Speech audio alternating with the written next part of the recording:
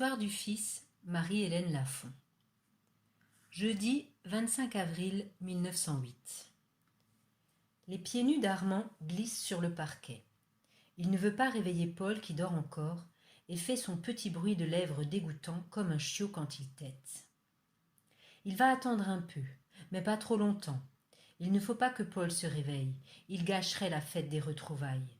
Paul gâche tout. Paul et lui sont nés le même jour, le 2 août 1903. Il sait par sa mère et par sa tante qu'il n'y avait jamais eu de jumeaux dans les deux familles avant eux. Il préférerait n'être pas jumeau, ou l'être avec Georges, sans Paul. Il comprend que c'est impossible, parce que les choses sont comme elles sont. La tante Marguerite le dit souvent. Il tourne et retourne derrière ses dents cette phrase un peu bizarre qui glisse et lui échappe.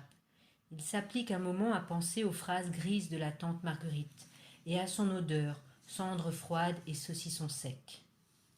Il réfléchit beaucoup aux odeurs et aux couleurs des gens, des choses, des pièces ou des moments.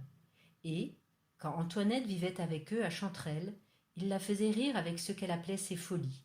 Et elle riait, elle riait. Elle pleurait aussi du coin des yeux à force de rire tellement.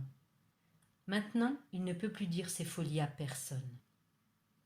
Georges sent la confiture de prunes, quand la tante la laisse cuire longtemps en été dans la bassine de cuivre.